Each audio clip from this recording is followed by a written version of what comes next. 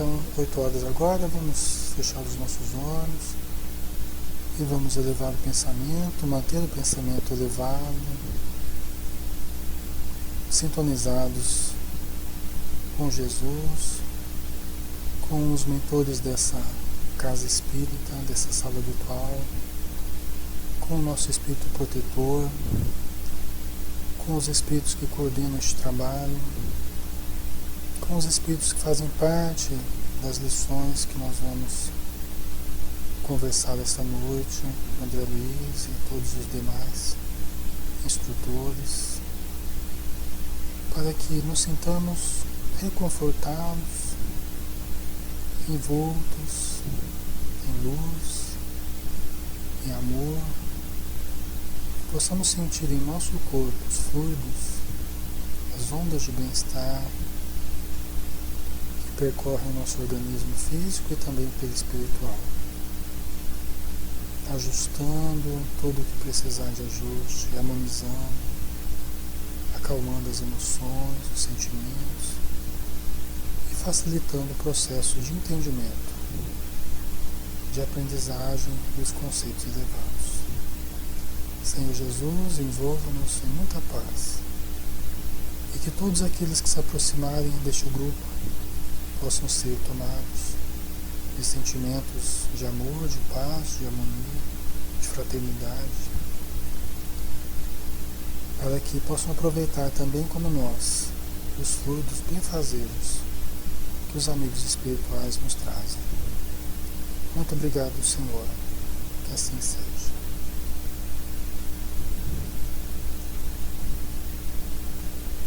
Tudo bem, pessoal. Então, boa noite. Deixa eu só ajeitar aqui. Boa noite a todos, sejam todos bem-vindos. Nós estamos na sala virtual do Centro Espírita Maria de Nazaré e também no Facebook, né? Através do link do sistema de streaming que nós utilizamos.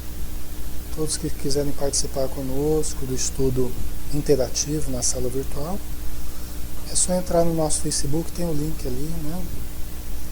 E bem fácil o acesso, tá? Vamos então continuar com o estudo do livro No Mundo Maior, de Francisco Cândido Xavier, o médium, e o espírito André Luiz, tá? Hoje nós vamos começar o capítulo 12, né? Estranha enfermidade. Vamos lá então? Lembrando que esse é um estudo que André Luiz nos trouxe, um estudo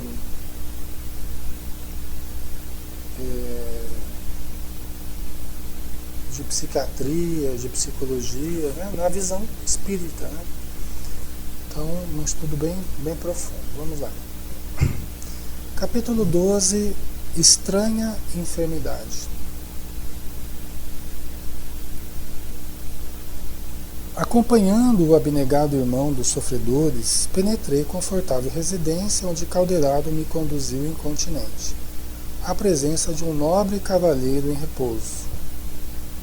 Achamo-nos em elegante aposento, decorado em ouro velho. Magnífico tapete completava a graça ambiente, exibindo caprichosos arabescos em harmonia com os desenhos do teto. Estirado num divã, o enfermo que visitávamos engolfava-se em profunda meditação. Ao lado, humilde entidade de nossa esfera como que nos aguardava. Aproximou-se e cumprimentou do gentil. Às fraternas interpelações do assistente, respondeu solícita. Fabrício vai melhorando, no entanto, continuam os fenômenos de angústia. Tem estado inquieto, aflito, né? Então vamos lá. Eles foram para uma residência, né? Uma confortável residência e tal. E chegaram lá, estirado num divã, um enfermo que eles estavam visitando, em profunda meditação. Ao lado dele, uma humilde entidade da esfera espiritual, que estava aguardando o Aulus, né, o André Luiz e tal. Né? E aí o Aulus perguntou para ele como é que ele estava, para o espírito, como é que estava o doente. E o espírito diz, olha, ele está melhorando, Fabrício, o nome dele, ele está melhorando, mas continuam os fenômenos de angústia. Tem estado inquieto e aflito. O orientador lançou expressivo olhar ao doente e insistiu. Mantém ainda o autodomínio? Não se abandonou totalmente às impressões destrutivas? A interlocutora, revelando contentamento, informou. A divina misericórdia não tem faltado. O desequilíbrio integral, por enquanto, não erigiu seu império. Em nome de Jesus, nossa colaboração tem prevalecido. Então, assim, é um doente grave, né? Que só mesmo pela misericórdia divina é que ele não atingiu o desequilíbrio absoluto. É isso que dá para entender aqui, né? Graças à ajuda dos espíritos amigos, eles têm conseguido manter relativo equilíbrio, né? E o doente não entrou em profundo desequilíbrio. Né? Calderaro, então, fraternalmente indagou, dirigindo-se a mim. Dirigindo-se ao André Luiz, né? Calderaro perguntou para ele: chegaste alguma vez a examinar declarados casos de esquizofrenia? Perguntou para o André Luiz: você já acompanhou algum caso de esquizofrenia? Não adquirira conhecimentos especializados da matéria. Todavia, não ignorava constituir esse morbo, essa doença, uma das mais inquietantes questões da psiquiatria moderna. Até hoje, né, pessoal? Esquizofrenia, até hoje, as pessoas não sabem exatamente por que surge, né, na vida das pessoas. Ela foi chamada de demência precoce.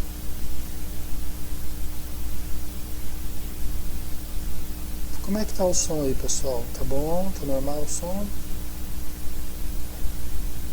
Tá dando para entender o som, pessoal?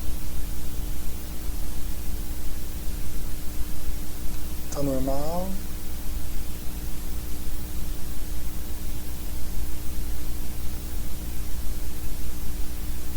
Tá normal o som? Tá? Deve ser o seu então, já. Tá? Dá uma olhadinha nos ajustes aí, né? Então ela foi chamada, né, a esquizofrenia de demência precoce, porque surge na adolescência, né? Surge na adolescência, essa alienação mental, né? É uma fragmentação do psiquismo, né? A pessoa vai perdendo contato com a realidade. Ok, Diana, um abraço. O pessoal vai perder, o doente vai perdendo o contato com a realidade. Ele começa a trocar nomes, começa a se sentir perseguido, começa a viver como que uma outra realidade. Na verdade, a gente não sabe, né? Pelo conhecimento espírita que é, na verdade, isso, né? Não apenas está se alienando do contato com a realidade do aqui e agora, mas também está vivendo uma outra realidade. Né? Está vivendo uma outra realidade. Nós sabemos que o registro de cada encarnação fica numa faixa, vamos pensar assim, né? Fica registrado como uma oscilação do eletrocardiograma, por exemplo, fica lá aquela oscilação, como se fosse um registro da nossa existência. Cada existência nós temos um registro, tá? Como se fosse a gravação de um LP. Cada faixa é a gravação dos registros de uma encarnação, né? Só que esses registros, muitas vezes eles oscilam tanto porque as situações vivenciadas no passado, algumas delas foram tão graves envolveram tanta emoção, tanta tensão, tanto sentimento negativo, tanto medo, tanto pânico, tanta coisa ruim que nós fizemos para os outros, né? Que essa oscilação, ela se torna muito grande, muito intensa, né? Existe uma amplitude muito grande. Pode acontecer numa outra encarnação de uma oscilação do passado tocar no presente, né? E dá interferência, exatamente, Wilson. Começa a interferir. Nós temos várias dessas oscilações no passado aí que frequentemente interferem no nosso presente.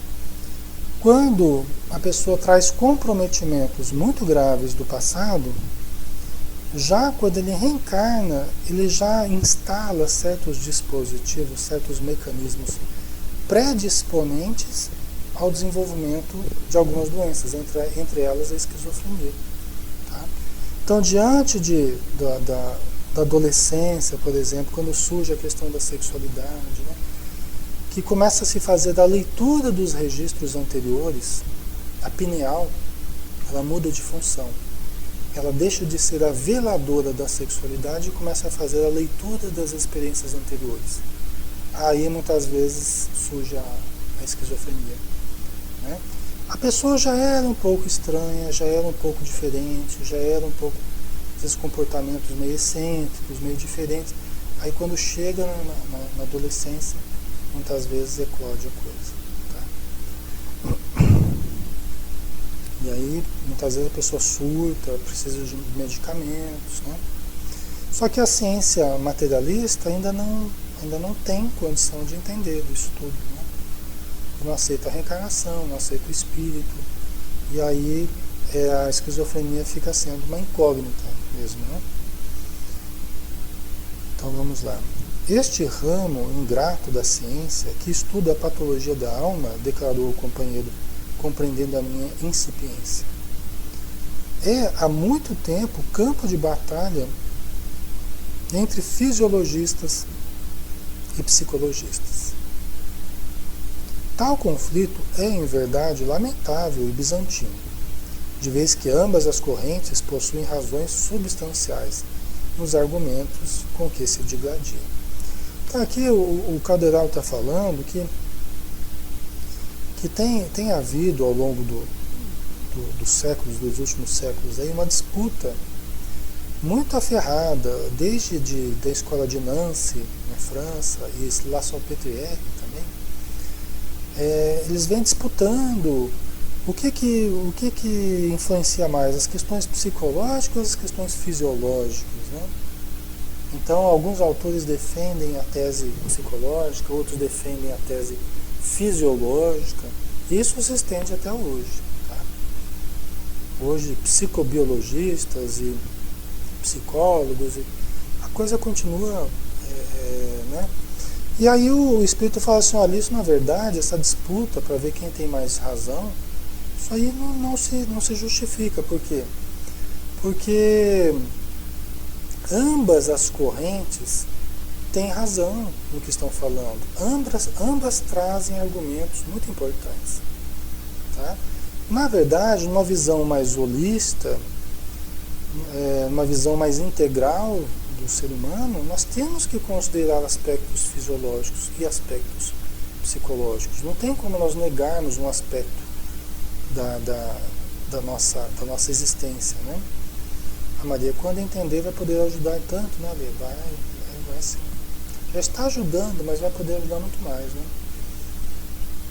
Então não há porquê essa disputa. Teria que haver mais parceria e um pensamento mais integral, né, que está surgindo também. Né? Somos, contudo, forçados a reconhecer que a psicologia ocupa a melhor posição, por escalpelar o problema nas adjacências das causas profundas, ao passo que a fisiologia analisa os efeitos e procura remediá-los na superfície. Tá? Então, na opinião do Calderaro, quem está com mais razão, ou quem está levando a melhor aí nessa disputa é a psicologia, é a tese psicológica. Por quê? Porque ela está mais próxima da realidade do espírito, está mais próxima da realidade das causas profundas que estão no espírito, na reencarnação, na lei de causa e efeito e tal. E os fisiologistas, eles olham os efeitos, olham a casca, que é o corpo, né? Que é o resultado final dos desajustes ao longo das encarnações aí, né? Então é importante, mas não é a causa, é muito mais o efeito do que a causa, né? A parte fisiológica, genética e tal, né?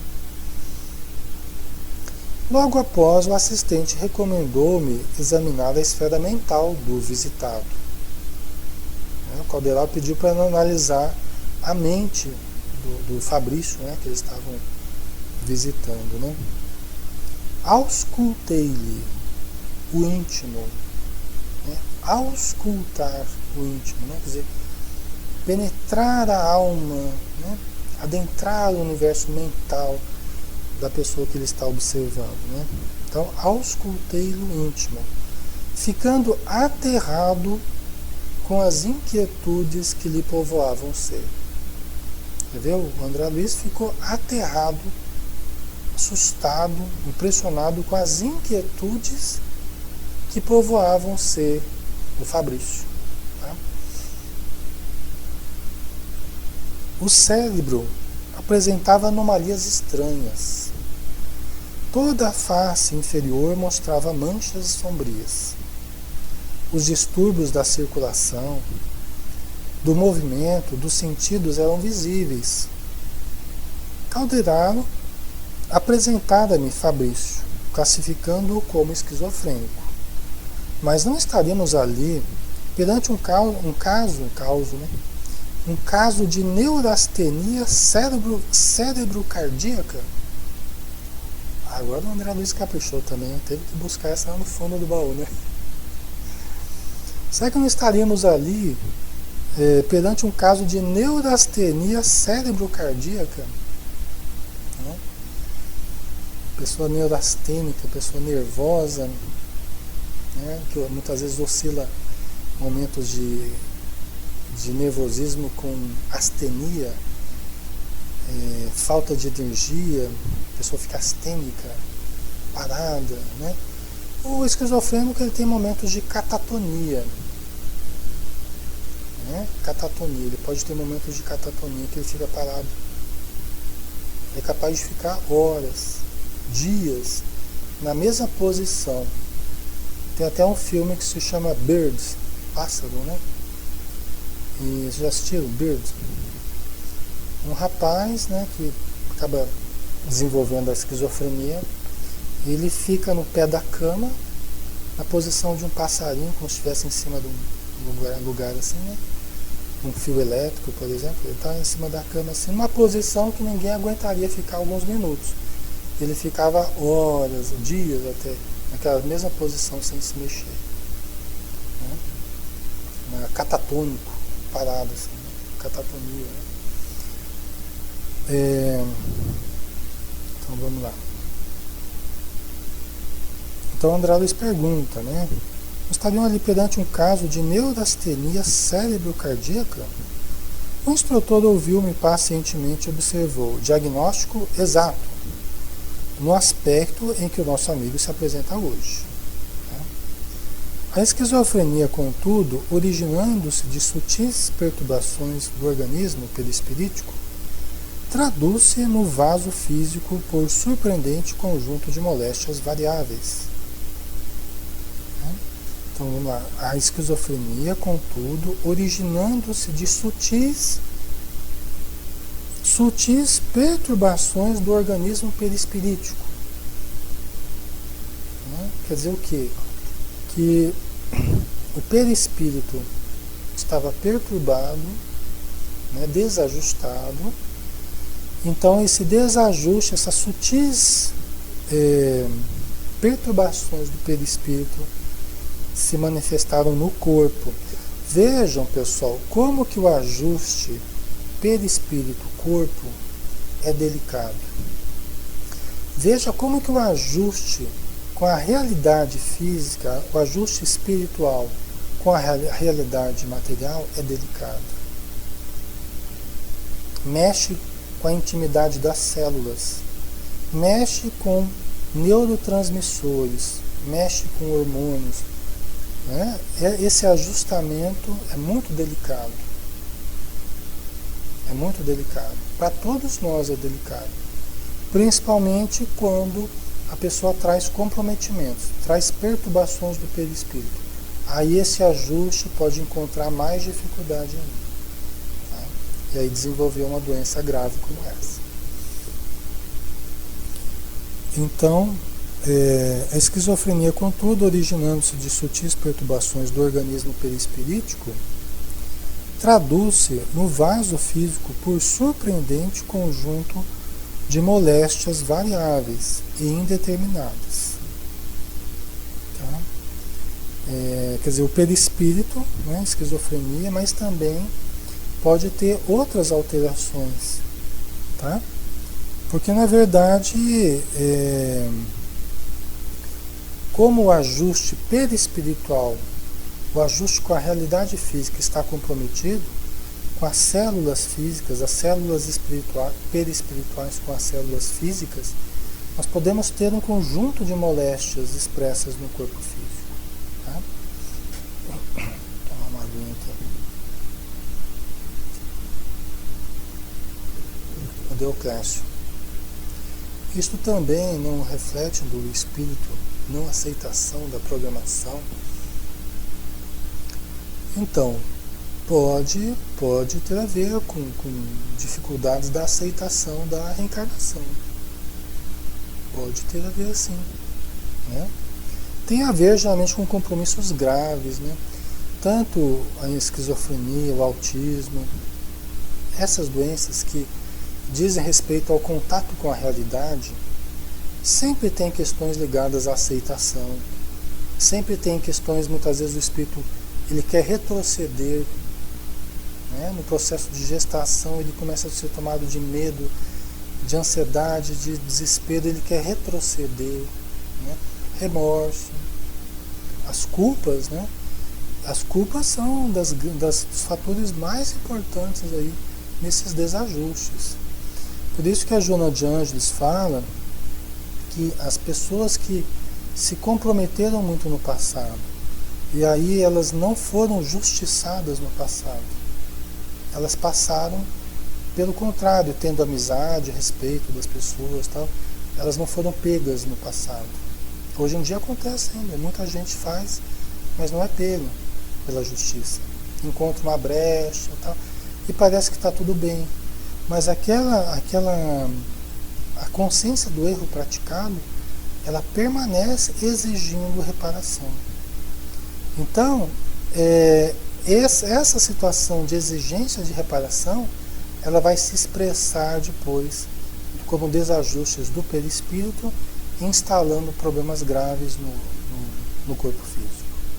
Problemas frequentemente aí nessa relação com a realidade, né, o ajustamento com a outra encarnação, a próxima encarnação. O pânico também, né? Então você pode ter um conjunto aí de moléstias bastante graves, né? Então vamos lá.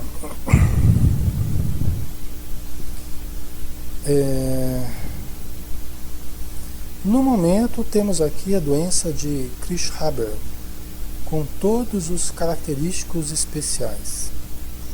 Mostrando grave expressão no semblante, acentuou: repara, contudo, além dos efeitos mutáveis. Analisa a mente e os domínios das sensações. O Caldeirão está pedindo para o André Luiz, né, analisar a mente e o domínio das sensações. Né? E aí, André Luiz, lancei mais profundamente a sonda da minha observação sobre os quadros interiores do enfermo. E percebi-lhe imagens torturantes na tela da memória.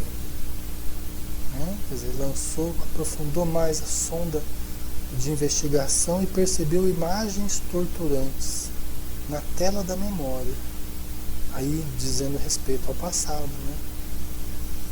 Ensimesmado, Fabrício, ensimesmado é em si mesmo. Né? A pessoa cristalizado em si mesmo, preso a si mesmo, né? Fabrício não se dava conta do que ocorria no plano externo.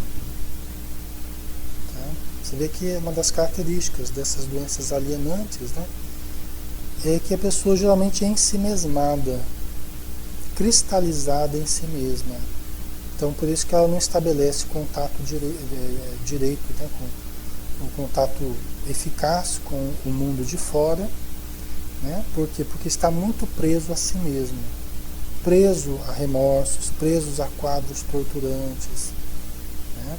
Fixados em pontos específicos da sua memória integral, da sua memória inconsciente. Tá?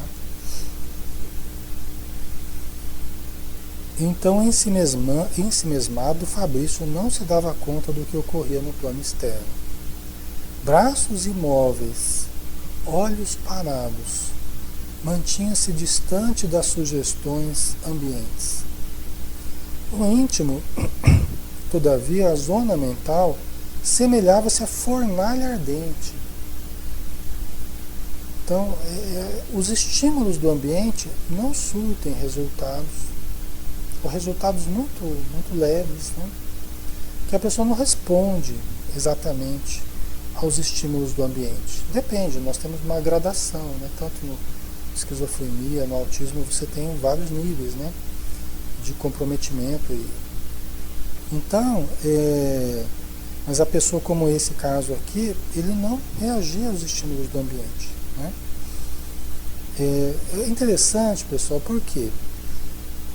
Porque quem percebe mesmo é o espírito. Quem percebe, as minhas percepções, visão, audição, olfato, paladar, a pele, o tato, né? Quem percebe é o espírito, não é o corpo. O corpo é apenas o intermediário entre o estímulo e o espírito. Então o estímulo vem, passa pelos nervos receptores e vai, chega ao cérebro, do cérebro passa para o perispírito, do perispírito passa para o espírito, o ser pensante. Aí o espírito toma ciência de alguma... Isso é muito rápido, né? Ele toma ciência de uma coisa e a resposta vai de novo, passa pelo perispírito, passa pelo cérebro e chega até as minhas vias perceptivas. E aí eu vejo, eu ouço, eu cheiro, eu sinto, né? Então, mas quem percebe mesmo é o espírito, não é o corpo que percebe, né? É uma ilusão isso que a gente tem. Quem sente mesmo é o espírito.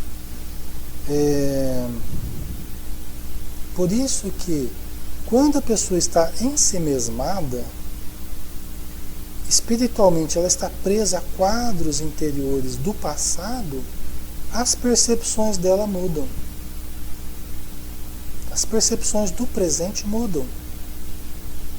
Ela fica muitas vezes indiferente aos estímulos do presente. Por quê? Porque o espiritualmente, na verdade, ela está no passado. Espiritualmente ela está no passado.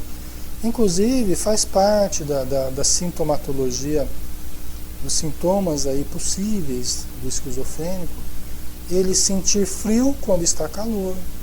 E realmente sente frio, está lá. Então, calor desgramado. E às vezes está um frio e ele está morrendo de calor. Está lá, não está nem sentindo frio. As percepções dele mudam. Entendeu? Porque ele está vivendo uma outra realidade perceptiva. Você vê que coisa, né? A nossa percepção, a gente fala que frio é psicológico, né? A gente brinca, né? Ah, frio é psicológico. Né? A gente está dizendo uma certa verdade quando a gente brinca desse jeito. Né? A gente fala uma certa verdade. Por quê? Porque no fundo a gente sabe que quem percebe mesmo é o psiquismo, é o espírito que percebe. Tá? O corpo, ele reflete de algum modo essa percepção, mas quem sente mesmo é o espírito. Então é psicológico mesmo. Né?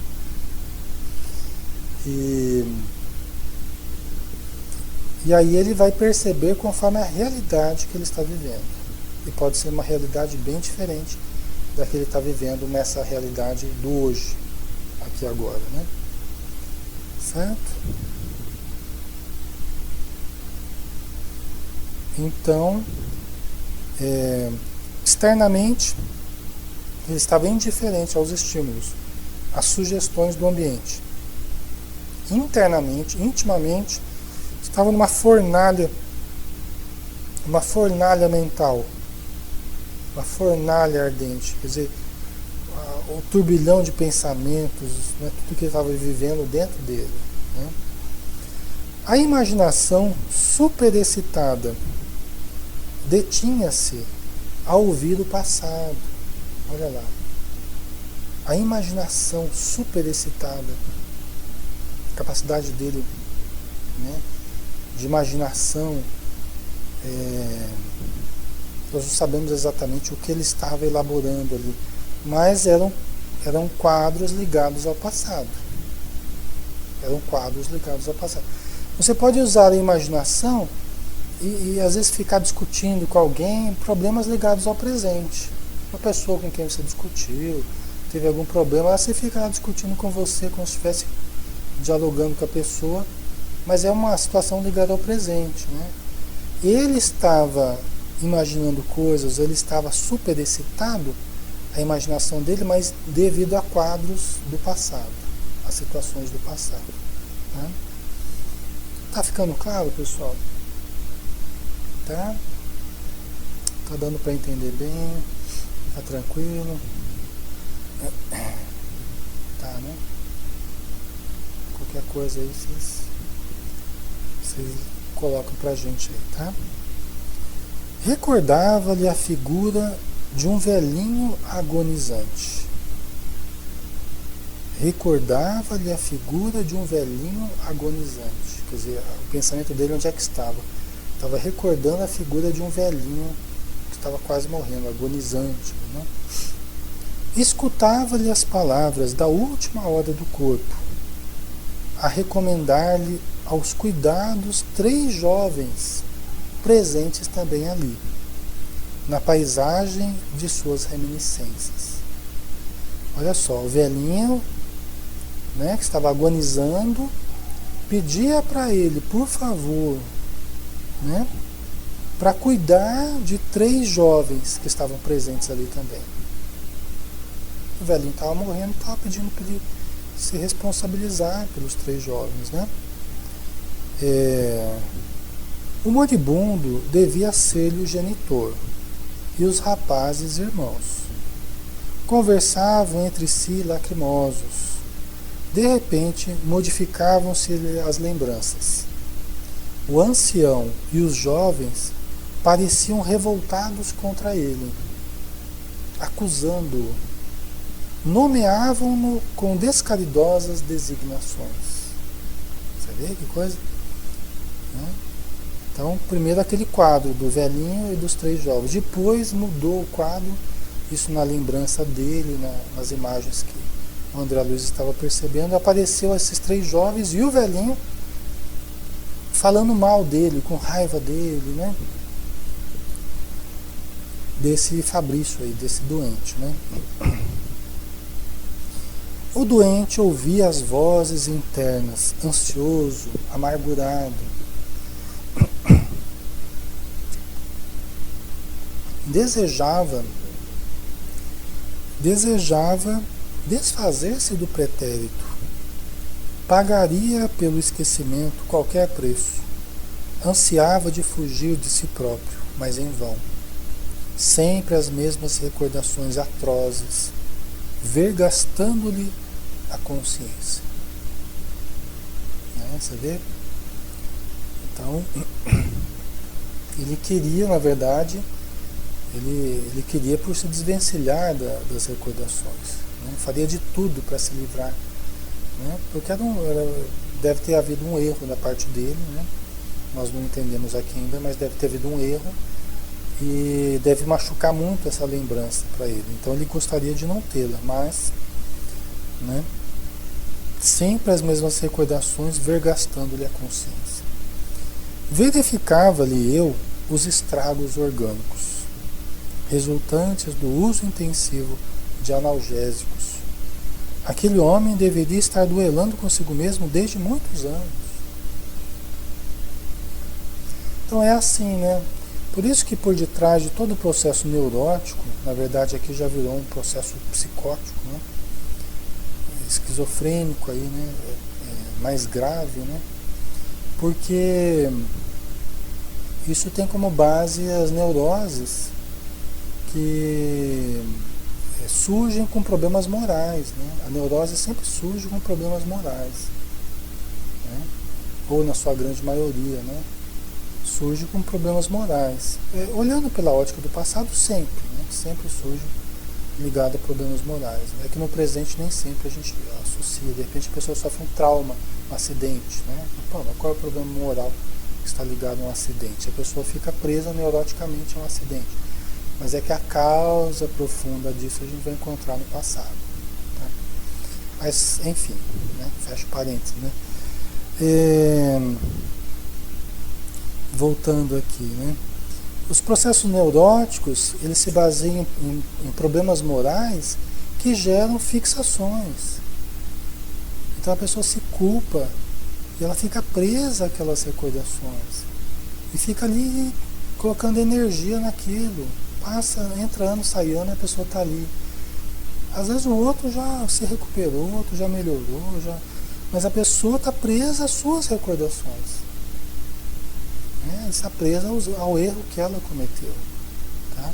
E aí, se não há um tratamento, se não há uma melhora, uma boa vontade da pessoa em procurar, em se tratar, em se reajustar, a pessoa vai ficando cada vez mais grave o processo. Tá?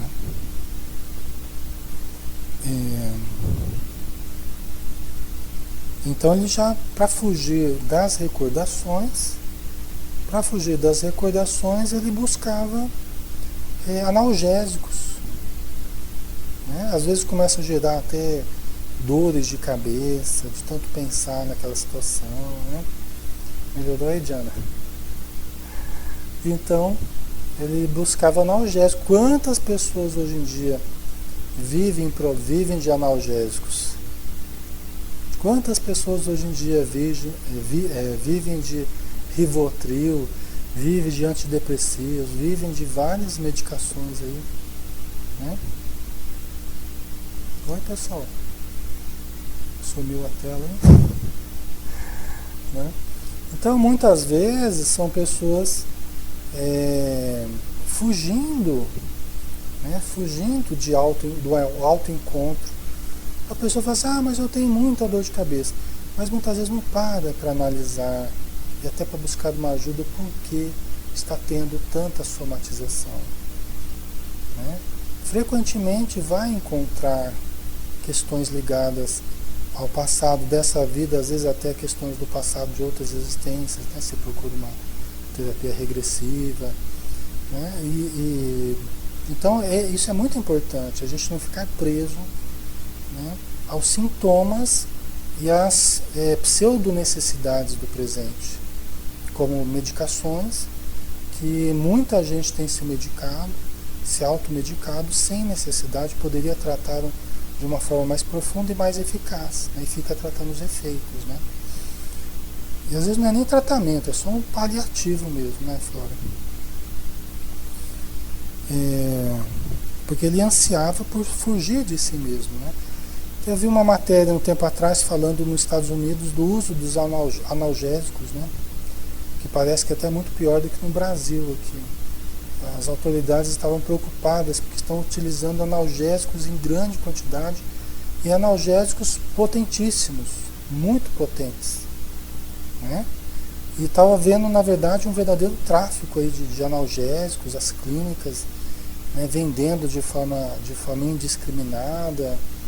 É um verdadeiro problema, assim, né, de saúde coletiva. Isso tudo é fuga, pessoal, é fuga. Né? Eu anestesio a minha consciência, né? Eu anestesio a consciência. Supostamente eu estou me ajudando, mas na verdade eu estou criando mais dependências, mais problemas. Né?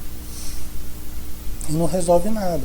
Até mesmo, né, às vezes eu falo aqui, os psiquiatras, você vai marcar um horário com o psiquiatra. Vê se você consegue marcar um horário para o psiquiatra nesse ano. Você não consegue mais. Aliás, não consegue marcar nesse ano, já desde a metade do ano, talvez até de maio, junho, para esse ano você já não consegue marcar. Né? Tá assim de gente dos psiquiatras, né? Querendo uma solução fácil. Né? Você coloca um comprimidinho lá, pronto, acabou. Eu uso com os pacientes, indicar para os pacientes que eu vejo que precisam mesmo do apoio medicamentoso, eu também recomendo que procure o psiquiatra. Né? Está fazendo terapia, está buscando conhecer, entender e tal, mas precisa de um apoio medicamentoso. É útil. Agora, só na base da medicação, aí isso vai camuflando o problema. Né? Você vai enganando, vai mascarando o problema que não se torna conhecido frequentemente. E a pessoa vai se tornando cada vez mais dependente da medicação. Né? Tem muitos pacientes que vão se libertando das medicações psicotrópicas. Né? Através do autoconhecimento, da mudança de hábitos, da mudança de conceitos, do tratamento espiritual associado à psicoterapia. Né? Então, existem inúmeras formas de nós irmos substituindo as medicações mais pesadas. Tem alguns casos, às vezes, que a pessoa tem que tomar indefinidamente, porque às vezes o fator genético, o fator fisiológico é muito forte, no caso de certas pessoas, né? Então nem sempre a gente consegue, mas sempre consegue diminuir um pouco o uso da medicação, sempre é possível. Né? Então, continuando aqui, né? Organicamente ele estava arrebentado, né, pelo uso constante de analgésicos. Quantas pessoas, uma vez até o Sérgio Felipe falou, num seminário em Londrina, que ele até falava, né, quantas pessoas aí morrem de lesões, né, de lesões no estômago, devido à automedicação, anti-inflamatórios, analgésicos, acaba causando lesões. Quando vê, já está grave o negócio, né? Isso é um problema sério, né? O Wilson, o uso exagerado de remédios machuca o perispírito. O uso indiscriminado, Wilson, causa mudanças, alterações no íntimo das células. O uso indiscriminado, né, e inconveniente de medicamentos causa alterações, vicia as células, muda o funcionamento das células e altera o funcionamento das células perispirituais também. Se for um uso prolongado e indiscriminado, sem razão de ser, vai alterando o funcionamento das células perispirituais. Porque vocês sabem, pessoal, que nós temos a representação do corpo físico tendo como molde o corpo perispiritual. Os órgãos que nós temos fisiológicos, e nós temos o representante deles no corpo perispiritual. E, na verdade, os verdadeiros órgãos estão no perispírito, na fisiologia do perispírito. Né? Então, quando nós mantemos um uso indiscriminado e prolongado, você altera o funcionamento das células e sai do âmbito do corpo físico e vai atingindo o corpo perispiritual. Tá? Veja bem, não estou falando do uso da medicação que ninguém pode usar, que faz mal, não. Longe de mim, o medicamento está evoluindo e sendo muito importante. Eu recomendo para vários pacientes o uso da medicação, eu recomendo que procurem um psiquiatra e tal, né? Mas aqui eu estou falando do uso indiscriminado, tá? Estou falando do uso abusivo, do uso automedicação, remédios até errados, que as pessoas começam a tomar. Então isso pode prejudicar muito, sim. Passando para o perispírito, sempre há a possibilidade de causar desajustes na próxima encarnação, porque sai do âmbito da personalidade e entra no âmbito da individualidade. O corpo pertence à personalidade. Ele vai morrer, né, no final aqui dessa existência. Mas o perispírito, ele vai expressar a individualidade. Por isso ele vai transferir para a próxima encarnação os reflexos dos abusos cometidos. Tá?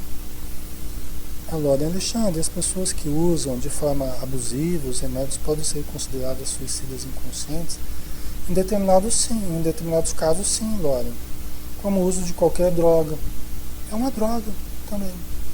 E é utilizado com a mesma intenção que uma droga ilícita, só que é uma droga lícita, né? Mas a intenção é a mesma, muitas vezes o resultado é até parecido, é uma fuga também e manifestação de impulso de morte, né? A pessoa está se colocando numa situação de risco, tá? Está prejudicando o corpo, está alterando o funcionamento do organismo para pior, né? Então pode sim ser considerado como um suicídio inconsciente em determinados casos mais graves aí, né? Tá?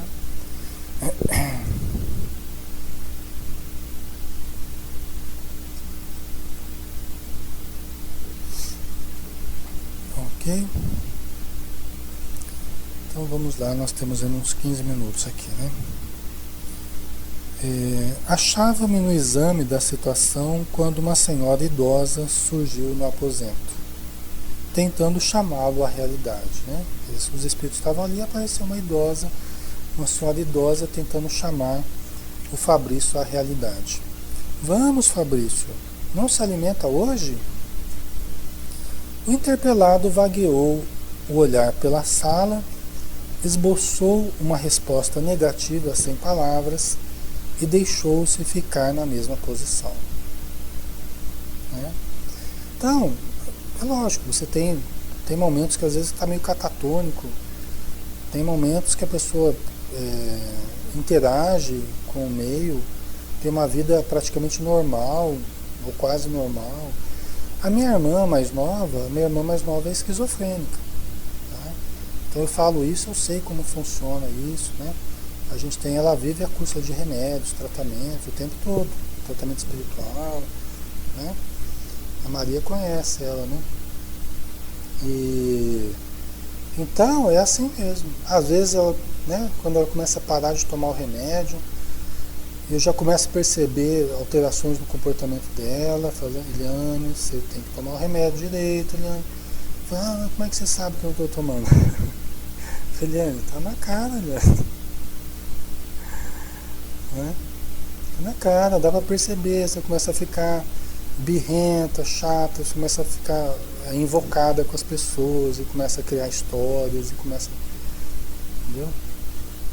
Então às vezes ela finge que toma remédio e joga fora o remédio.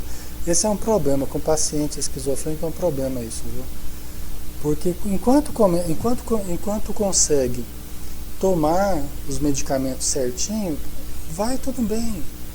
Via de regra, vai tudo bem. Principalmente se tem um apoio espiritual também, né? Uma família estruturada, tal, vai bem, vai com uma beleza.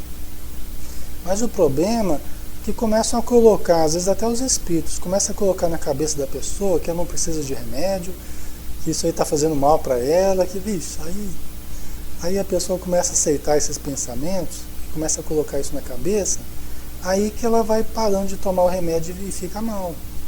Quando você vai ver, a pessoa está lá surtando, né? Mas é porque não está tomando a medicação. Porque se estivesse tomando certinho, não estava tendo problema. Essa é uma questão que a gente vê acontecer muito com pacientes esquizofrênicos, né?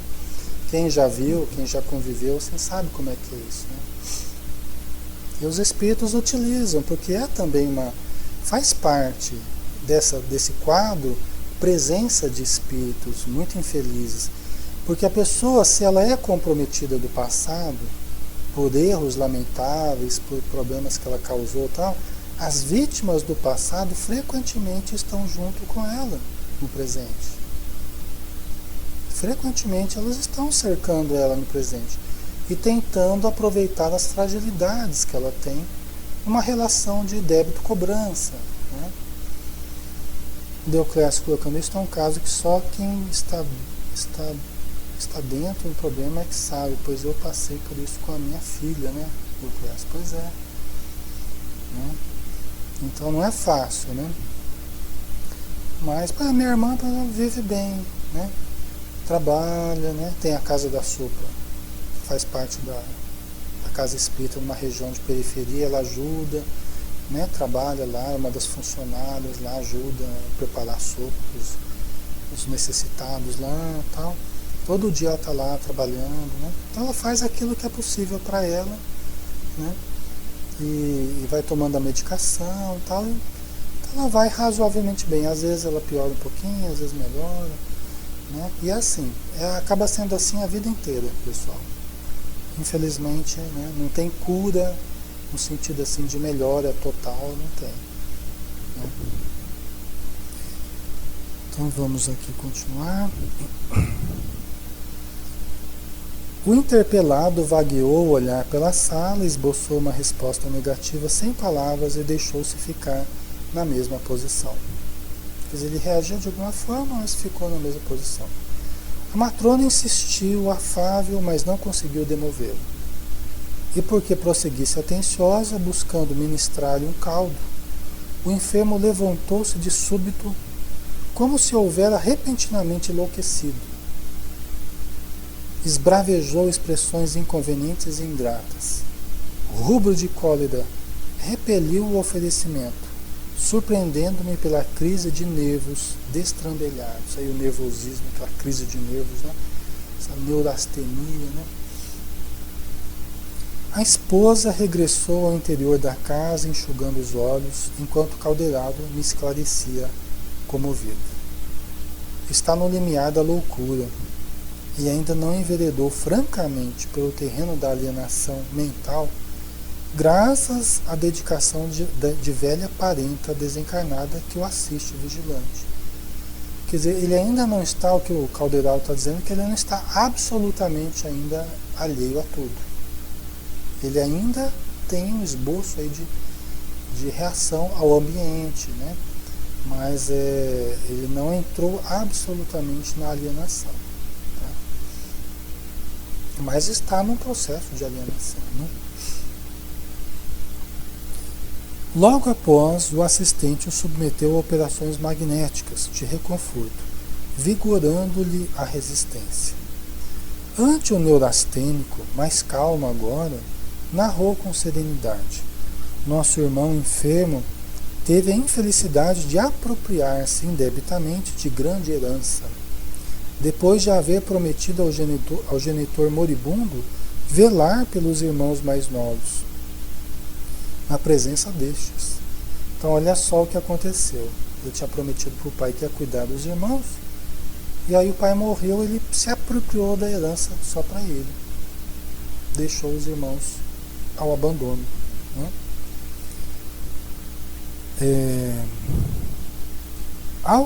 Ao se sentir, porém, senhor da situação, desamparou os manos, os irmãos, e expulsou-os do lar. Olha que coisa. Valendo-se de rábulas bem remunerados, desses que, sem escrúpulo, vivem de inquinar os textos legais. Quer dizer, achou advogados, especialistas aí, profissionais para alterar, né? Para trabalhar ali nos textos legais para permitir que só ele ficasse com a herança, né? Por mais enérgicas e convincentes as reclamações arrazoadas, por mais comovedores os apelos à amizade fraterna, manteve-se ele em clamorosa surdez, arrojando os irmãos à penúria e a dificuldades de toda a sorte. Por isso que por detrás de problemas graves assim, nós podemos, isso não é julgar, tá, pessoal? Nós não devemos julgar, não é avaliar criticamente, tecer comentários descaridosos, não. Mas nós podemos deduzir que há débitos também graves. Diante de problemas graves, nós podemos deduzir que deve ter existido situações muito graves. Não existe efeito sem causa. Não existe efeito sem causa, né? E não existem essas situações de injustiça que às vezes nós achamos, né, que acontecem quando nós nos sentimos desprivilegiados por uma situação assim na família, né, Maria? Não existe. Nós podemos ter a certeza absoluta que a justiça está justamente, ela está se cumprindo. Quando a gente pergunta onde é que está a justiça de Deus, tal, se nós olharmos direito, nós veremos que ela está exatamente se cumprindo. Só que não da forma que a gente queria, da forma que era necessário, né? Da forma que deveria acontecer. Só que isso muitas vezes revolta as pessoas, né? Porque quando a gente não consegue enxergar além dessa existência, muitas pessoas são tomadas de revoltas. Nós, muitas vezes, através de coisas pequenas, né, a gente fica indignado. Né? Quando a gente perde a visão de infinito, de eternidade do ser humano. Né? Então, isso aqui faz a gente lembrar de que, né, tudo que a gente passa, tudo que a gente sofre, né, que não dependa da gente, mas parecem coisas casuais, vamos dizer assim, não são casuais e não são injustas também. Né? Tem uma razão muito séria para estarem ocorrendo.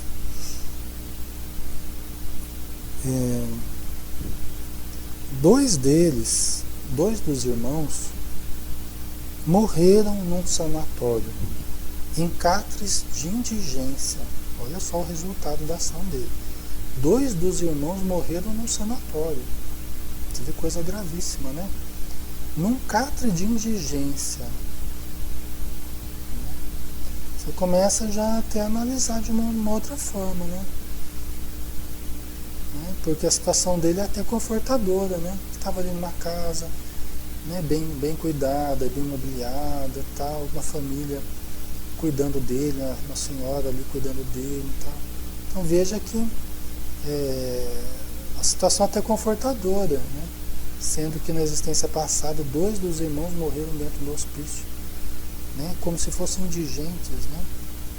Então é bem complicado, né? A Tânia, não sei como seria sem esse entendimento que a doutrina nos traz, né, Tânia? Então, muito importante, né?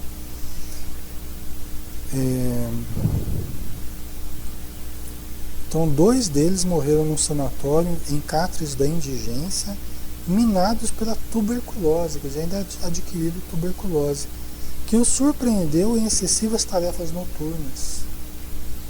Que devem tiveram que trabalhar muito à noite, né, para garantir o sustento na pobreza que viveram e tal, e acabaram adquirindo tuberculose também, né? E o outro desencarnou em míseras condições do infortúnio, relegado ao abandono antes dos 30 anos, preso de profunda avitaminose, consequente da subalimentação a que foram compelidos. Você vê que coisa dramática, os 3, na verdade, morreram em situações penosíssimas, né, devido à atitude errada, né, do Fabrício aqui na última encarnação.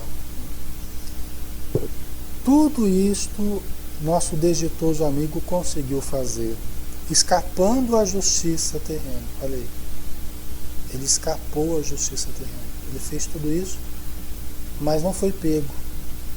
Aí é aquela situação, ficou marcado na sua consciência, a lesão consciencial, que depois acaba se refletindo no perispírito e no corpo físico. Né?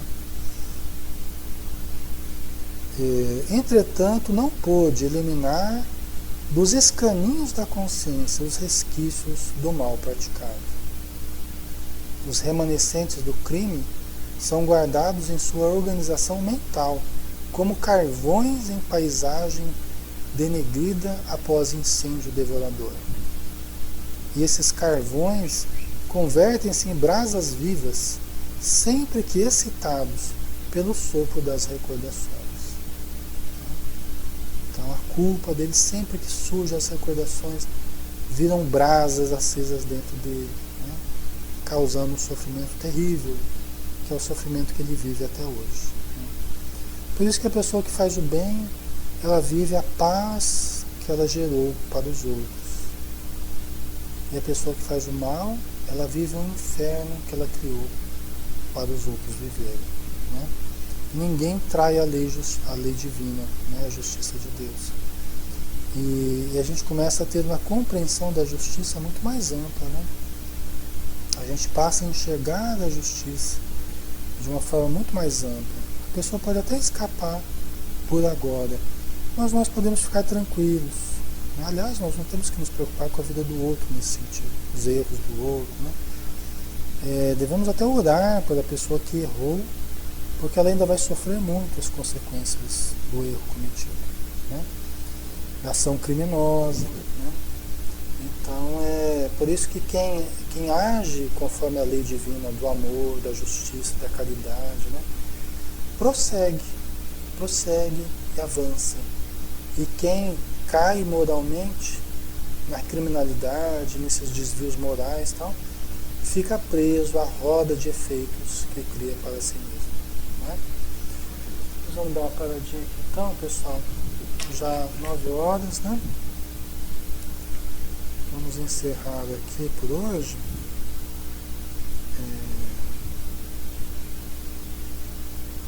Aí semana que vem a gente continua, né?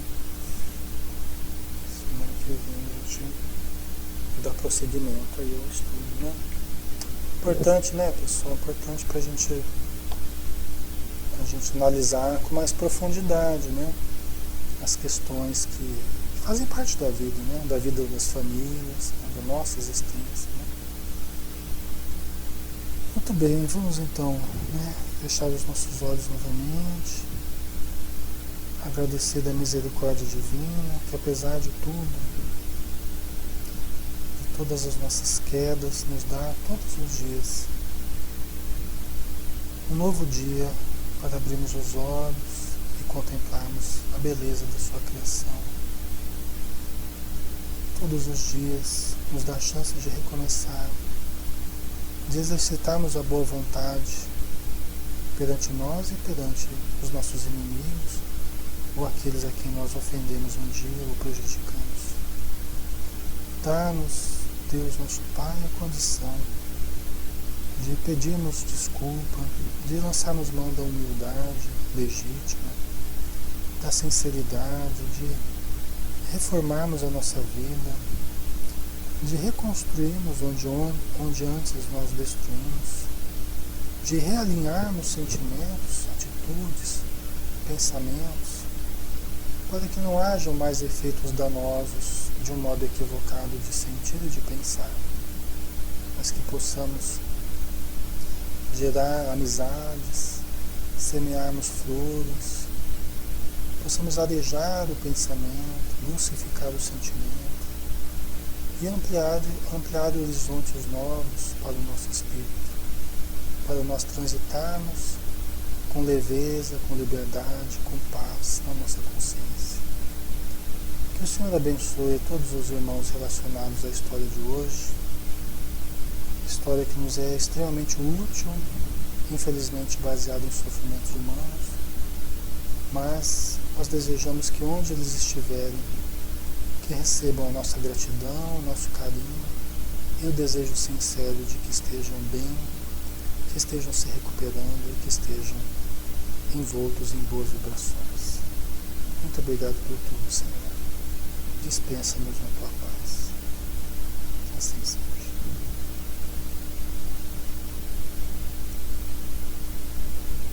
Obrigado a todos, pessoal. Obrigado, Maria, Ana Cláudia, Deuclésio, Diana, Flora, Iper, Loren, Raquel, Regina, Tânia, Wilson.